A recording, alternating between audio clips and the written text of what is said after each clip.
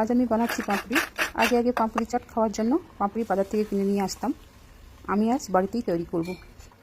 আমি এই রেসিপিতে আটা, ময়দা, সুজি কিচ্ছু ব্যবহার করব না। কীভাবে বানালাম তা আপনাদের সঙ্গে শেয়ার করছি।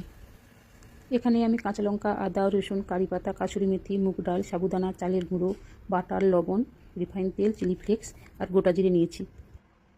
সাবুদানা আর মুগ ডালটা আগে থেকে ভিজিয়ে রেখেছিলাম। আর কাঁচা লঙ্কা, আদা, রসুন আর কারি পাতা পেস্ট করে রেখেছিলাম। সব কিছু একসঙ্গে ভালোভাবে মিশিয়ে গরম জল দিয়ে মাখিয়ে 1 ঘন্টার জন্য রেখে দেব। ডোটা একদম নরমও করব না আর শক্তও করব না। ছোটো ছোটো বল করে একটা ফয়েলের উপরে রেখে এইভাবে বাটি দিয়ে শেপ করে নেব।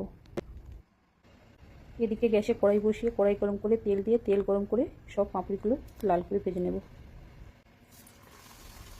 সকালে চায়ের সঙ্গে বিকেলে পাঁপড়ি চাট বা এমনি মুখে খেতে খুব ভালো লাগবে।